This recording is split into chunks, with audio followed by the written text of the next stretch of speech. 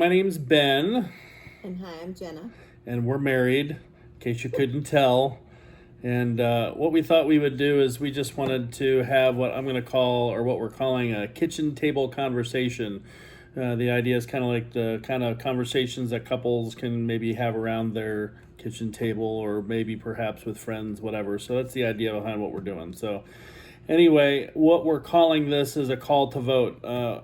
We just are at the point where we are really frustrated with some of the stuff that, from our standpoint, seems like a lot of ridiculousness coming from people that are supposedly Christian or supposedly have some sort of ethical or moral background or whatever. So we're calling this a call to vote because we think it's a huge mistake for people to not get out and vote first and foremost, but we're going to be a little bit more pointed in our comments. So this is just us having a conversation, and we're really talking to people that would consider themselves to be Christian, whether that's evangelical, Catholic, whatever otherwise.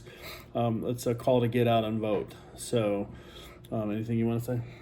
Nope, that's good. All right. So I'm just so that we can be absolutely clear, we're calling this a call, why vote Trump? So if you're not a Trump fan, that's great. You're entitled to your opinion, but I'm going to tell you why we think that it's a mistake to not vote for Trump if you're a person of faith. And we don't do this a lot, so hopefully this goes well. Hopefully you find it interesting. If not, thanks for the comments below. Anyway, I feel compelled to speak because, I think that there are a number of Christians that have had just a very poor response to President Trump as a person. And I think that his reelection and the forecast ascendance of former Vice President Joe Biden is either being panned or just poorly characterized. There's a lot of problems with it, and I don't think that there's a very clear message either in media, and the only stuff that's coming through mainstream media and, frankly, big tech search sources is the few people that have negative things to say about Trump, and those are not translating well. So anything that you would like to say on that? No, I just think that depending on the source of media that you use, that's kind of the slant or the dialogue or the opinions or whatever that you're going to get. So depending on, unless you diversify yourself and look across many sources, you're just going to get, whatever bent they have, that's what you're going to hear. Sure, it's a really slanted viewpoint. So Good point, dear. Awesome. Anyway, so we thought it would be more interesting if the two of us were talking as opposed to me being some guy in a truck or Jenna being some lady, I don't know, having a breakdown over wine or something. I don't know. Anyway, not that you would do that, but you know what I mean. Tea. Oh, there we go. Yeah, I have sans drinkage. Anyway, so I've always come from I've got a background as a teacher. I've got a professional business background also, and both of us have actually run for political office, so we have strong political opinions. And so I like to tell you where we're going to go, and we'll take you there, and then we'll try to summarize it again at the end for you. So what we're going to try to go through is a little bit of our background, so you know who we are, where we're coming from. Maybe that helps you decide whether or not you care what we think. We want to talk about, from our standpoint, evangelical leadership and theologian, I'm going to call epic fails. We want to talk a little bit about the grace of God. We want to talk about presidential character and the character of the administration. We like to talk about the effects of Trump's leadership versus Biden's, from our standpoint, Biden's lack of leadership, but we're going to contrast Trump's leadership versus Biden's leadership. Number 6, we want to make the statement again, go vote, and why you need to go vote, and then we're going to have a conclusion. So that's what we're going to try to walk through. Hopefully you find it interesting. We're actually going to post this video unedited, but we're also going to break it up and post it as a series. That way you don't have to watch the whole thing in one sitting if you don't want to. But we're going to start with our background. I'm going to start with myself, and then Jenna can talk a little bit about her background. I guess, why should anybody listen to me? I don't know. I post a video on the internet. You're watching it. So thanks for listening. So that's a great reason to listen. You can decide for yourself if our points have merit. One of the, I almost hesitate, like I have really hesitated to post anything this year in particular. Like I've posted stuff in the past, but I'm white, I'm male, I've got kids, I'm married to the girl that I married when I left college. We're not divorced, remarried. We've got 6 kids. They're all ours. Yes, we made them together. So, I suppose that makes us unusual in some respects, but not so unusual in others. So even though a lot of people would like to sweep my opinion under the carpet, I'm still putting it out there, and you can decide if it has merit.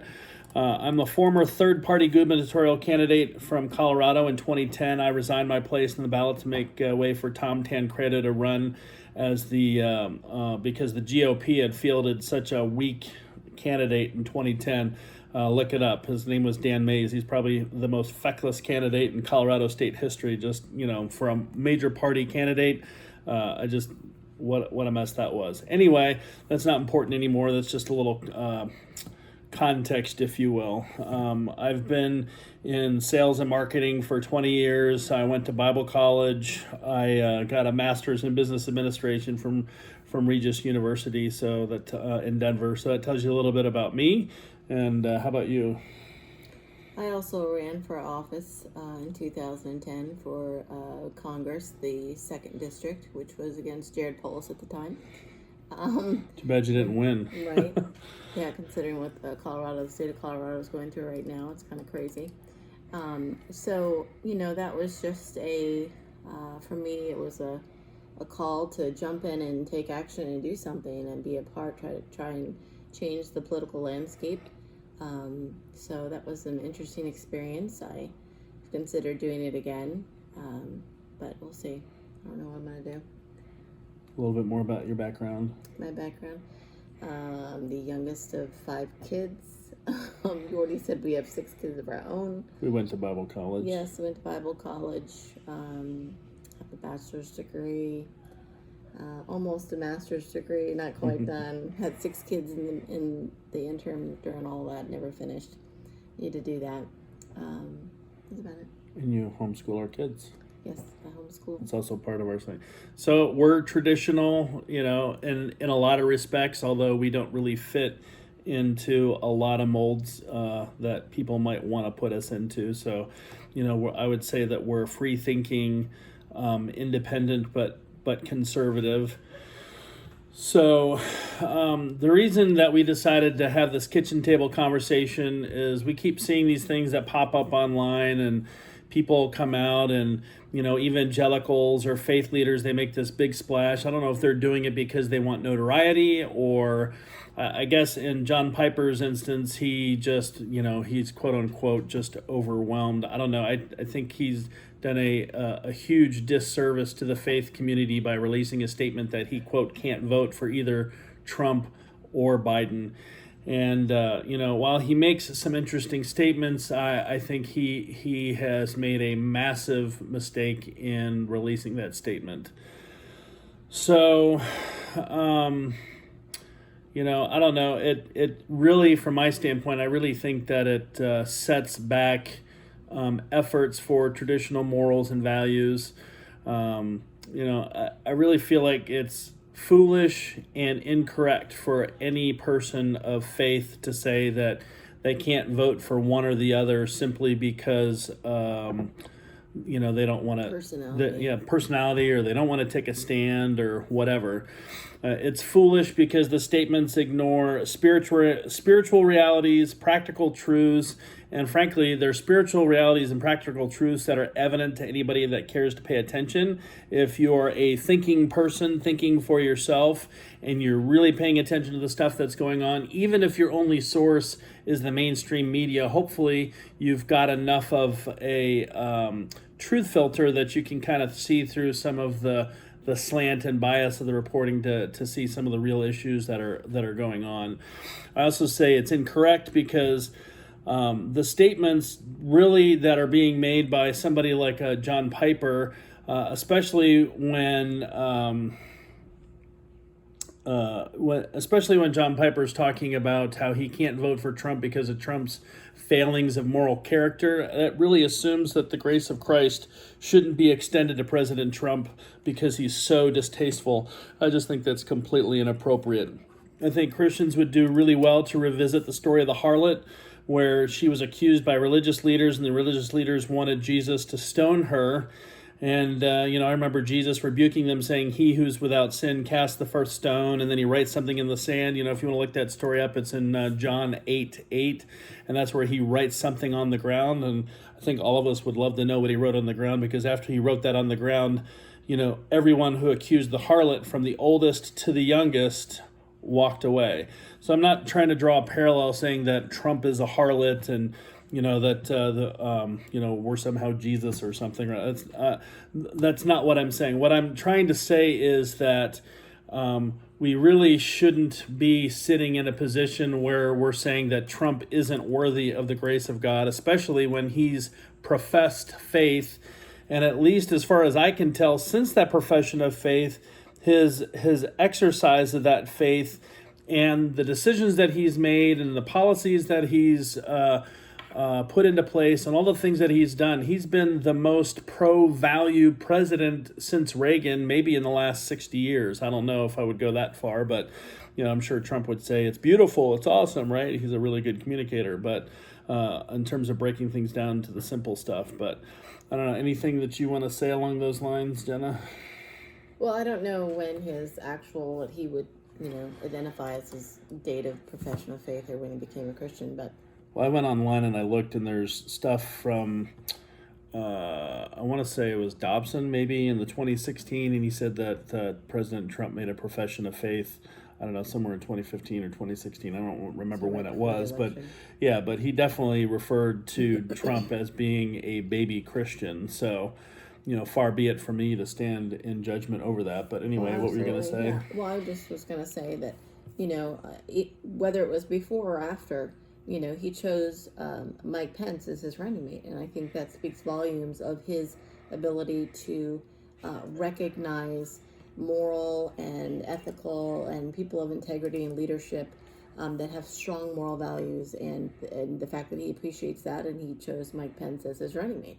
I think that speaks volumes of it, whether it was before or after he made a profession of faith, in that he is an infant Christian in terms of his faith. Then I think that we all need to remember our experience when we were newly saved. If you're a Christian, then you know what it was like. You had a lot to learn.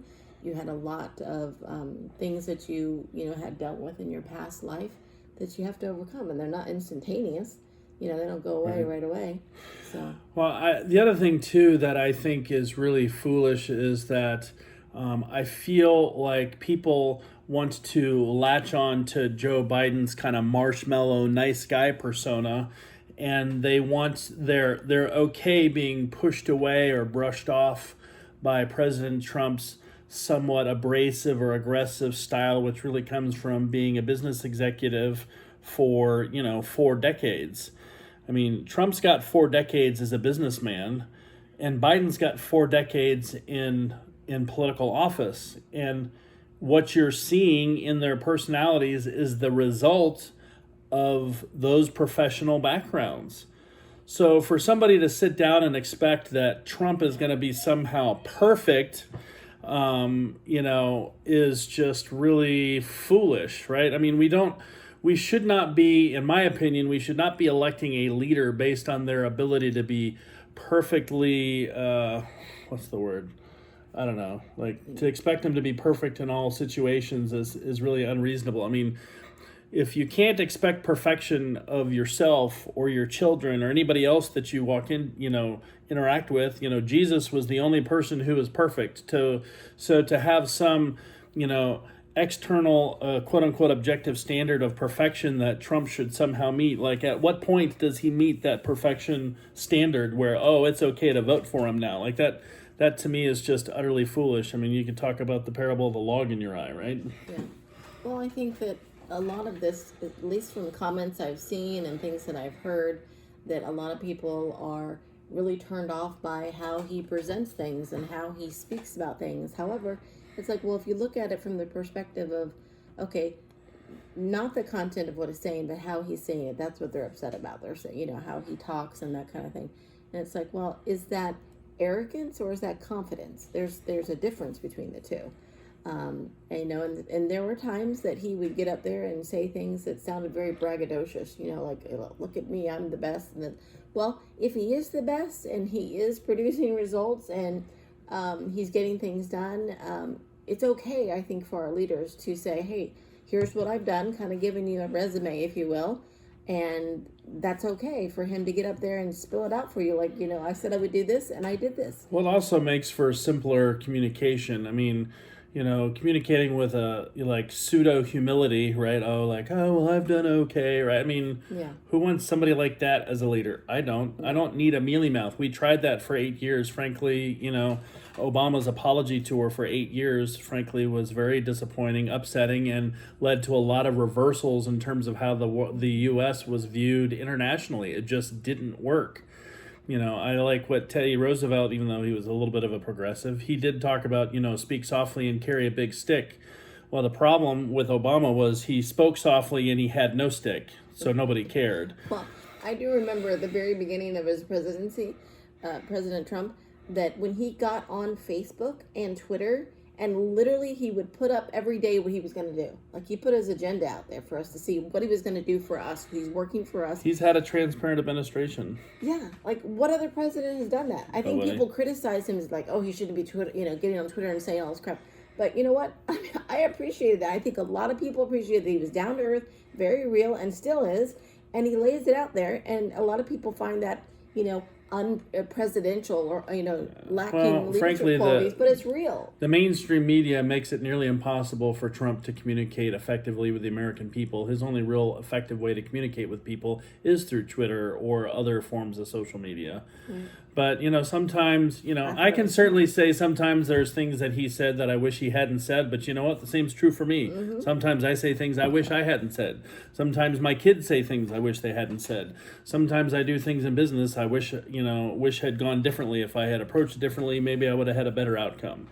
So, you know, I think it's really inappropriate and foolish for people to expect some level of perfection from, you know, somebody that's been in business for 40 years and expect him to somehow be Mr. Nice Guy as a politician.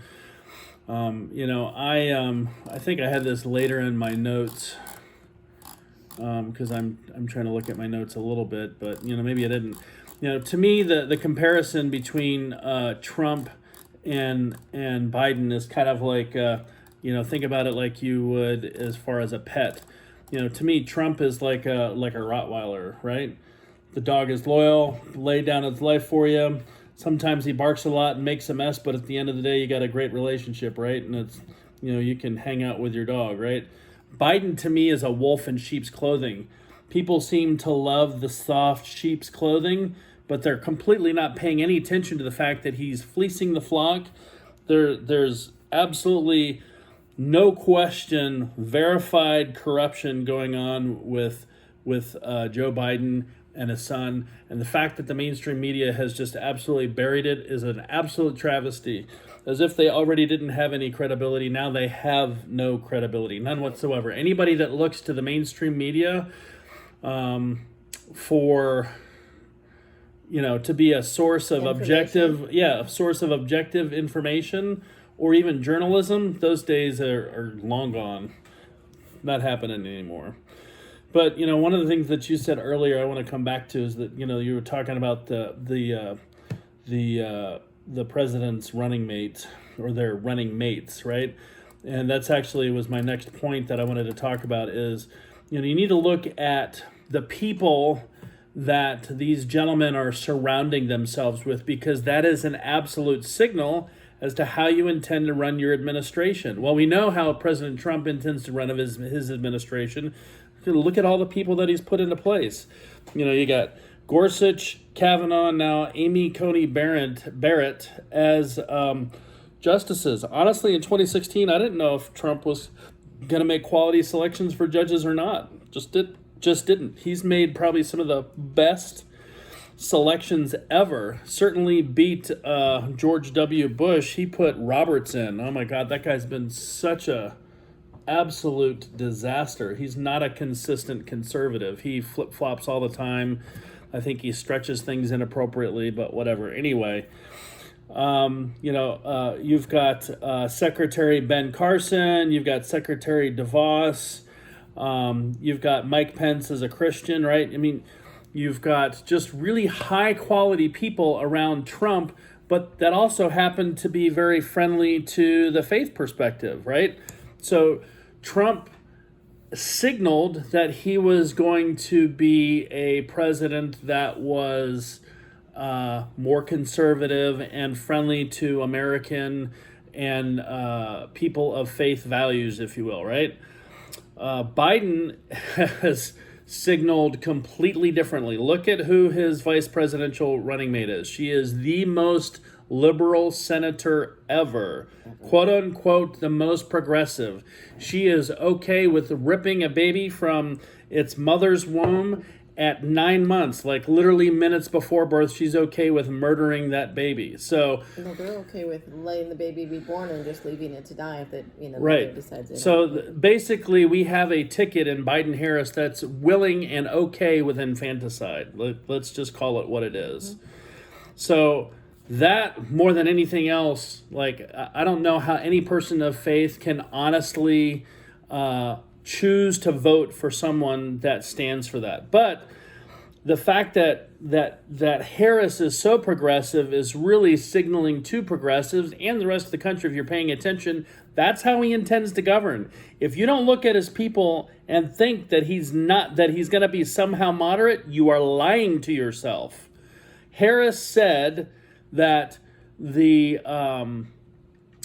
state of California should be the model for which the rest of the country is run. That should scare everyone. Look at what is happening to churches in California. Look at how they have completely mismanaged their forests, resulting in massive wildfires. Anybody that doesn't understand the science and the practical realities of what's happening with the wildfires and thinks it's somehow related to global warming is just lying to themselves. Look at the real science. Talk to people that understand what forestry management is. They're not managing their forests. They're letting them turn into kindling and they're burning. And now we can add on top of that, they have failing infrastructure because instead of building their infrastructure, they dumped a bunch of money into inconsistent green alternative energy solutions. And what do they have? They're turning off the power and rolling blackouts. So guess what, America? If you vote for Biden-Harris, you're saying that you're okay with rolling blackouts. You're okay with really expensive gas. You're okay with really expensive power. That's just foolish. Oh my Lord, what on earth? He's got Beto O'Rourke. He said Beto O'Rourke, the Irish fake Latino guy, is going to be in charge of his Second Amendment policy. He signed on to the Bernie Manifesto. He has agreed to AOC's Green New Deal. So if you have any inkling or thought that Joe Biden is somehow a moderate, you are lying to yourself. And not only is he not moderate, they are aggressively anti-faith. So where things have gone politically as far as people of faith is concerned, 30 years ago, they're like, oh, they just don't want us to tell them what to do in their bedroom. Now they want to force us to think right. The thought police are already coming after us. Look at what's happened in the state of Washington, the state of Oregon, the state of Colorado. It's coming to the rest of the country. But I really think it's summed up. If you look at their vice presidential running mates, that is the most important indicator of the kind of administration they're going to have. So if you're a person of faith, be prepared to be persecuted for being a person of faith if Biden-Harris gets into office. And if you don't think that's going to happen, you are lying to yourself. You're lying to yourself. You're just absolutely ignoring the facts. You're ignoring reality. You're ignoring all the stuff that's been in the news for the last 2 years from California and especially during this COVID pandemic stuff. So if you don't think it's going to happen, it's going to happen.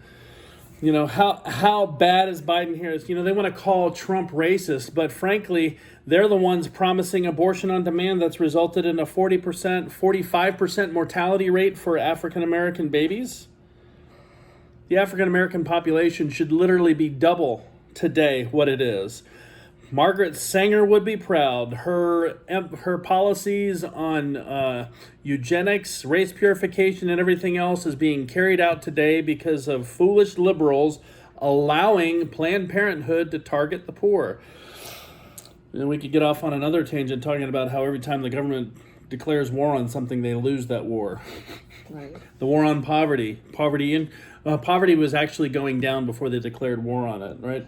Mm-hmm. Drug use was actually not that bad until they declared war on it, right? So anyway, that's for another time. But anyway, I guess what I want to say is if you love freedom, if you love Jesus, you cannot sit this election out.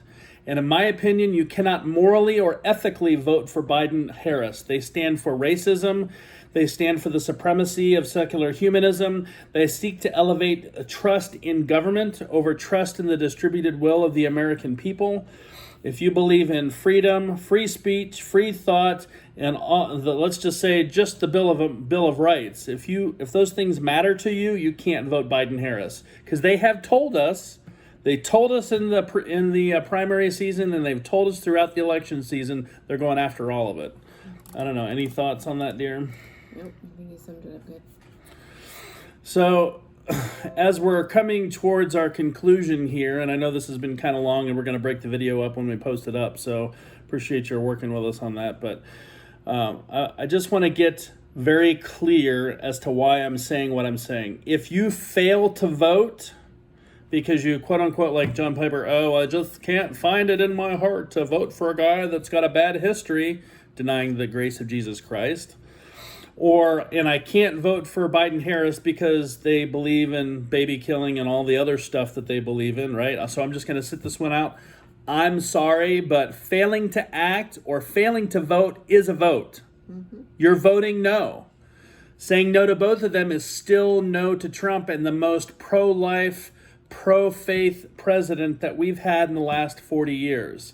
I think he's even more pro-faith than Reagan was. You know, if you vote third party, that's still a vote for Biden. Let's face it. In my opinion, the political parties should probably be rendered, dissolved, right? The founders didn't want political parties. Political parties happened because, they just couldn't figure out how to operate without them. But if you look back at history, if you become a student of history and actually look at real history, not 1619 revisionist lies, Pulitzer that should be revoked for just straight out lies. It's ridiculous. But anyway, what was I saying? I completely lost my train of thought. Edit that out. Oh, third parties. Thank you. Yes. So a vote for a third party is still a vote for Biden. Remember, we're a third party. Yes, I know. We are third party. But I'm serious. For this election, I think that, if we value freedom, if we value free thought, the only option is Trump, because there's no way a libertarian candidate, a Green Party, there's no way a third party can ever have hope if the Democrats are voted in, because if the Democrats are voted in, you'll see packing of the courts, you'll see a D.C. becoming a state which is not constitutional, and then you'll see Puerto Rico become a state, and what they're trying to do is they're trying to add 4 senators to the mix, along with all the additional House of Representative seats, in order to make it a permanent super majority for Democrats and their excessively liberal agenda. So what I'd like to say, you want to say something? Yeah, because we are third party, I'm going to put this in there, but I agree that, in this election, in this particular one, because I have not seen or had any thoughts about any of the other third party people, the independents, whoever, in terms of what they're running on their candidacy. So in this election, I would say there's 2 people here. There's Biden and Trump.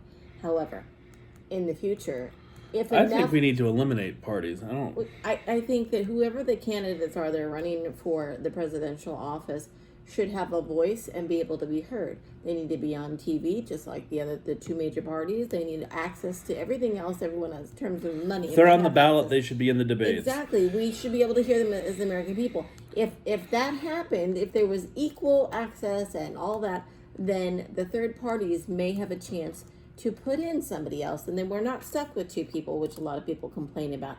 So the only way to fix that is to make sure that when we have these kind of elections, that everyone gets an equal voice in the process. So if you don't have that, then you have two people, which is what we got right now. So right. But anyway, we could have to read another discussion. Yeah, the lesser of two evils is still evil, right? Anyway, well, we cannot allow emotional hyperbole, basically pseudo-morality about Trump's character flaws, many of which they're decades old, right? I mean, the guy's been running that lane for a long time, right? We cannot allow that to overrule the common sense, practical evaluation of the good that he's done as the 45th president of the United States. Mm-hmm. He has been the most pro-black president of any president probably since Abraham Lincoln. If you look at the stuff that he has been able to get passed, that he's been able to put through Congress, dealing with Democrats, he has done more than anybody else. He's done more than Clinton. He's done more than any of the Bushes. He did more than Reagan. Obama. He did more than Obama. I mean, he's just done more. Okay. So, So I don't disagree with Trump's statement that he's been the most pro-minority president certainly in the last 60 years.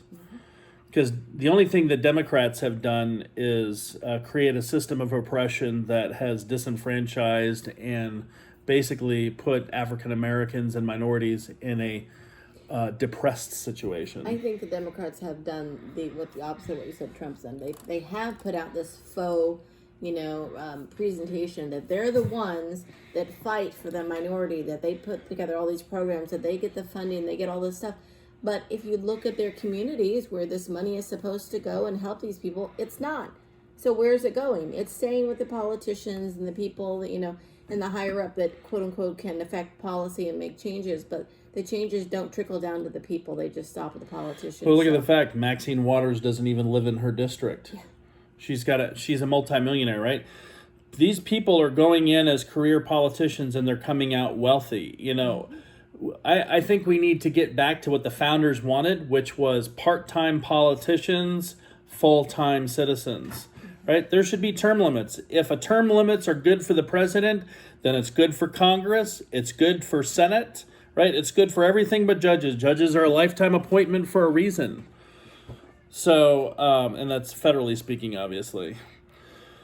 So as we're coming to a close here, as Christians, right, as people of faith, we need to take stock of the fact that we've been so tolerant, so nice, so other cheek, that we have allowed the left and the liberals to redefine what words mean to the point that tolerance and pluralism are the new values to the detriment of our unwillingness to be patient with their intolerance.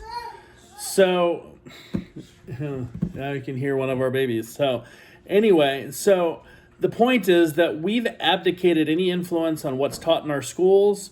The Democratic Party is dominating and depressing not just minorities, but opposing points of view. And the mainstream media and big tech, they're suppressing it all. So if you see this video, consider yourself lucky, because this is probably going to get depressed as well, buried, right? So anyway, anything you want to say on that, Jenna? Mm-mm. So Martin Niemöller, he's kind of a colorful character from Germany in the 1940s, but he's famously known for having said, first they came for the socialists and I did not speak out because I was not a socialist. Then they came for the trade unionists and I didn't speak out because I was not a trade unionist. Then they came for the Jews and I did not speak out because I was not a Jew. And then he doesn't have it in here, and then I think they started coming for the Catholics and others, right? And then he said, and then they came for me and there was no one left to speak for me. So we need to come come to realize that if we don't start talking out now as Christians, if we don't stand up for what's right, for what's ethical, for what's moral, we will lose the right to say anything and have an opinion. I think that we would do well to repeat, to consider what Edmund Burke wrote in 1770, where he's famously paraphrased. Oops. The following is famously paraphrased sentence, right? He wrote, "The only thing necessary for the triumph of evil is for good men to do nothing." And if you look at the actual full paragraph, if you put a comment down if you put a comment or a question down below, I'll actually put the actual original writing, which is a little bit hard to follow because it's older English. But at the end of his longer paragraph, he actually says, "When bad men combine, the good must associate, or else they will fall one by one, an unpitied sacrifice in a contemptible struggle." And that is what we're facing. If we don't vote for Trump again, if we don't put him back in and give him a chance to consolidate the wins that we have made as far as common sense, as far as things that are friendly towards the economy, towards people of faith, then we are going to find ourselves in a very, very desperate situation. If you sit out this election, if you don't vote, and you're guilty of doing nothing, and doing nothing is a vote for Joe Biden. That's just the truth. So if you fail to stand forth, Biden wins the election because the mainstream media successfully conspired with Democrats and foolish so-called Christian leaders to depress the electoral might of the silent majority. We are all going to pay a very heavy price. And I absolutely 100% believe that if Biden is elected, we will witness, not just in our generation, but in the next 4 to 6 years, we will see an increasingly rapid erosion of at least the following amendments from our Bill of Rights: the First Amendment, the Second Amendment, the Fourth Amendment, the Fifth Amendment, and the 10th Amendment. That's a hammer fist that will take out all conservatives and we'll all be done. So I know this is a little bit long. If you want to know why I'm listing those specific amendments, again, just put a comment down in the thread below and I'll try to explain what I'm thinking about.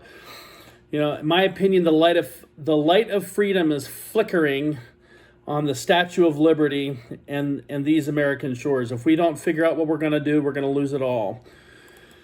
You know, Joe Biden may be right, but not for the reasons he supposes. He promised a dark winter, but I'm predicting a very long, dark future, not just a winter, if he's elected, because Joe Biden is the fleece on the progressive wolf that is a very aggressive, angry, militant, anti-Christian progressive agenda. They are seeking to not just take the halls of power, but they are already promising, Chuck Schumer was saying it today, they are promising that they're going to come after anybody who supported Trump.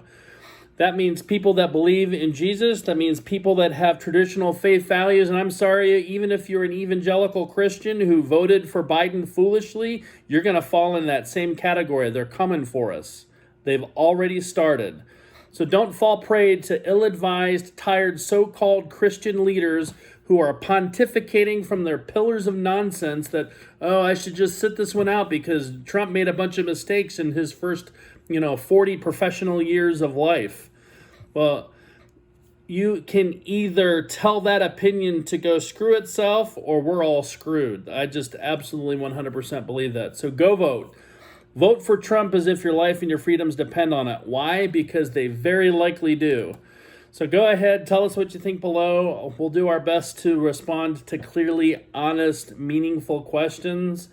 But, if you're just a troll, I'm going to ignore you because I don't have time for stupidity. So anyway, in the words of Tiny Tim, God bless us all, everyone. God bless America, etc. I don't know, anything else you want to say? No, go vote.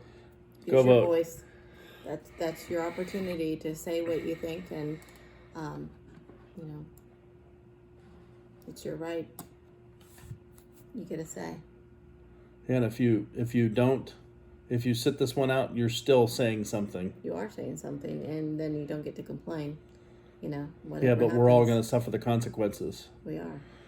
If only 80% of evangelicals show up and vote for Trump, then That's shame on the 20% that don't show. You know, if you're a person of faith, you're a person of value, you gotta get out there and vote.